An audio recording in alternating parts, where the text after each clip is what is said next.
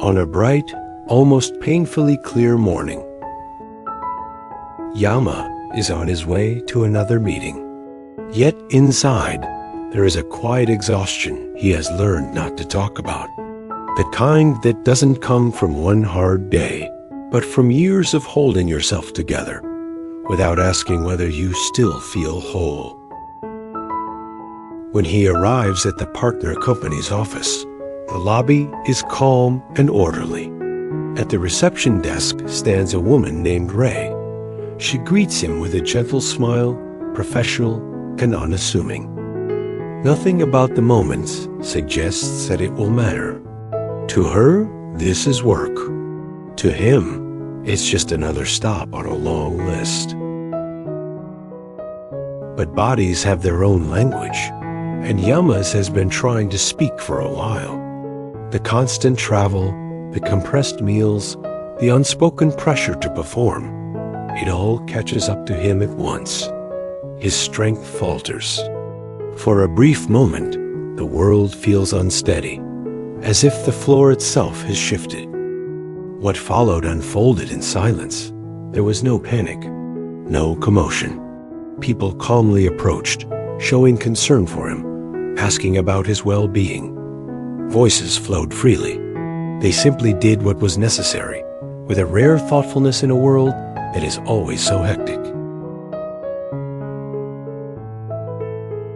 As Yama slowly regains his composure, something subtle takes place inside him. It isn't gratitude alone. It's the unfamiliar sensation of being cared for without being evaluated. No one needs anything from him in that moment. He doesn't have to perform, explain, or prove his worth. He is simply allowed to recover.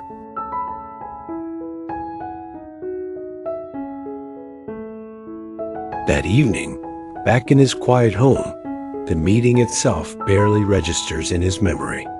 Instead, his thoughts return to the reception desk, to the calmness, to the smile that asked for nothing in return. Yama finds himself unsettled, not because something dramatic happened, but because something didn't. There was no demand, no transaction beyond the visible one. And without fully understanding why, he realizes that this small, professional encounter has touched a part of him he didn't know was still listening. In the days that followed, he found his mind frequently returning to that moment in the hall. It bothered him somewhat.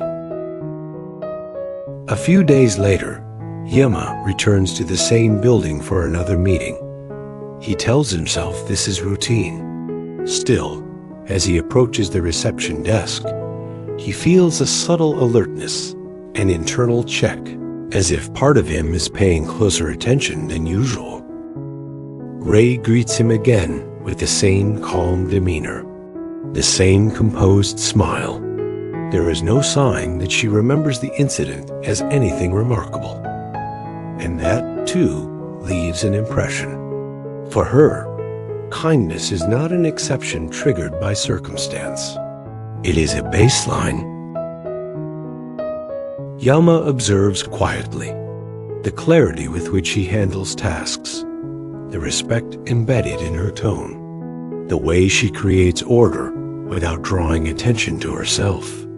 And suddenly, he understands that what moved him was not the care itself, but the reminder of a version of human interaction he has been missing.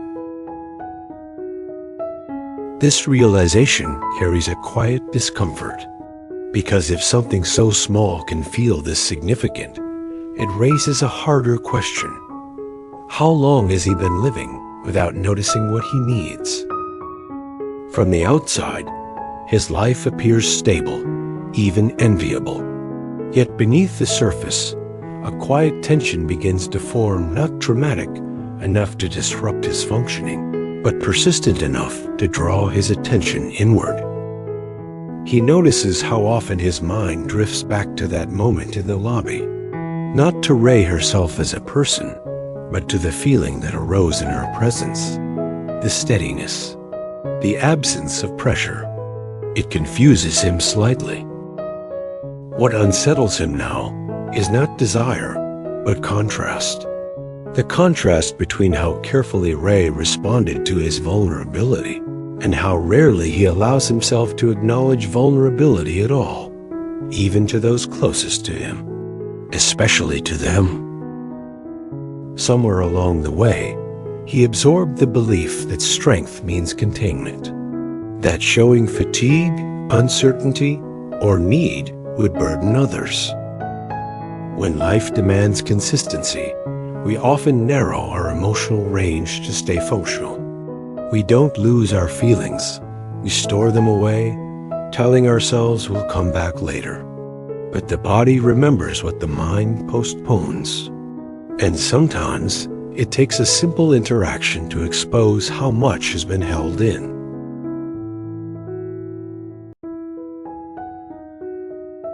The meeting with the management unfolds smoothly. Yama speaks clearly, confidently, almost automatically. He has done this many times before. Yet beneath the practiced composure, something inside him has shifted. When the conversation turns to company culture, someone casually mentions efficiency, structure, and performance standards. It would have been easy for Yama to nod and move on. Instead, he hears himself speak differently. He talks about first impressions, about how a sense of calm at the beginning of an interaction can shape everything that follows. He mentions the reception desk not as a courtesy, but as an essential psychological threshold, a place where stress either tightens or softens. As he speaks, he realizes this isn't only about the company in front of him. He is describing something he has been craving without language. The feeling of being met rather than managed, of being treated as a person before being assessed as a role. While he was chatting with the company's management, Rei was there, focused, calm, offering him tea with the same thoughtfulness she had shown him a few days earlier. Their eyes met briefly. There was a polite exchange, nothing personal, nothing prolonged. Yet, in that fleeting moment, something became clear. Yama understands that what affected him was never about Rei as an individual. It was about what she represented: emotional regulation, presence, and respect delivered without performance. A form of care that doesn't ask to be noticed. A professionalism that includes humanity rather than replacing it. What stays with Yama isn't the smile itself, but what it revealed. Emotional quiet is not fulfillment, it's often withheld permission. This story reminds us that being functional can still mean being disconnected. Meaningful change begins when we allow presence without performance. Pay attention to small moments of calm connection. Practice listening without fixing. And today, choose one interaction where you slow down, stay present, and truly see the person in front of you.